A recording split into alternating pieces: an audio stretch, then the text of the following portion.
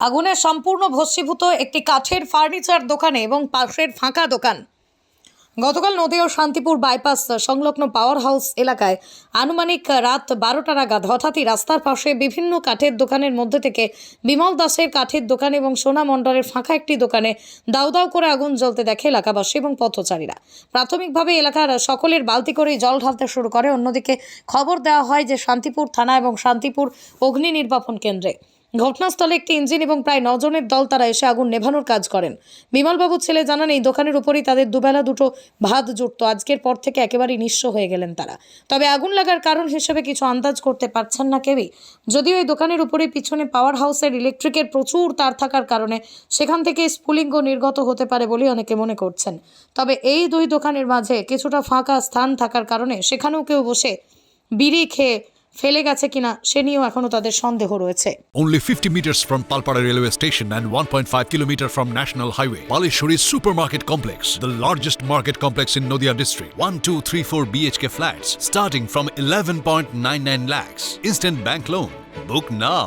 তখন তো শরীর খুব অসুস্থ লাগছিল, আতঙ্কে তো বাড়ি থেকে বেরিয়ে এলাম, দোকান খুললো, দোকানে এলাম, দেখলাম প্রচুর আগুন জ্বলছে। আপনার বাড়ি কি কাছাকাছি? কাছাকাছি। আচ্ছা, তাহলে পাশের দোকানেই আগুন লেগেছে?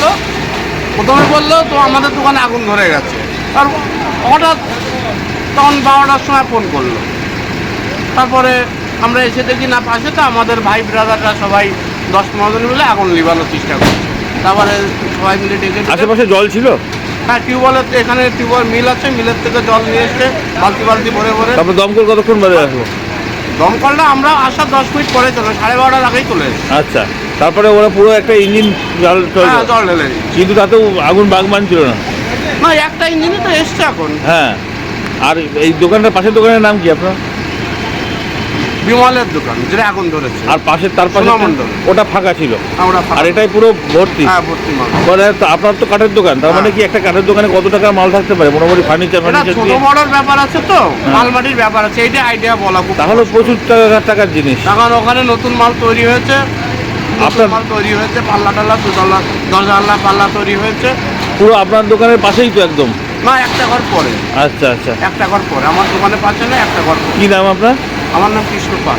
আচ্ছা। নদিয়া জেলার সবথেকে বড় বিল্ডার্স চাকদার মা মনসা বিল্ডার্স, রড ও সিমেন্টের পাইকারি ও খুচরো বিক্রেতা। মা মনসা বিল্ডার্স, পদ্মবিলা, চাকদা, নদিয়া। রড কেনাকাটায় থাকছে ডিসকাউন্ট অফার।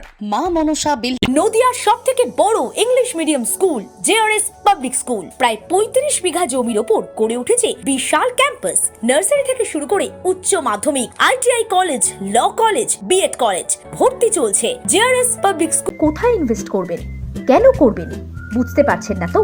সঠিক গাইডলাইন পেতে আজই আসুন নদিয়ার চাকদাতে নিবেদিতা প্রাইভেট লিমিটেডে। Nivedita private limited, marketing and distribution service. Balcony বা সিঁড়ির রেলিং, মডিউলার কিচেন বা ড্রয়িং রুম, এক কথায় আপনার স্বপ্নের বাড়িকে করে তুলুন আরো সুন্দর।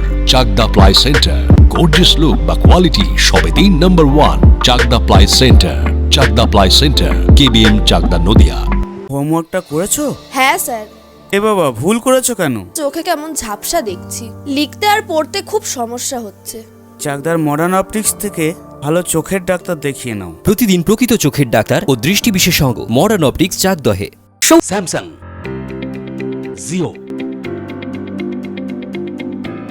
রিয়েলমি, নদিয়ার একমাত্র অথরাইজড ডিস্ট্রিবিউটর ঘোষ কমিউনিকেশন, থানার মোড়, চাকদা, নদিয়া।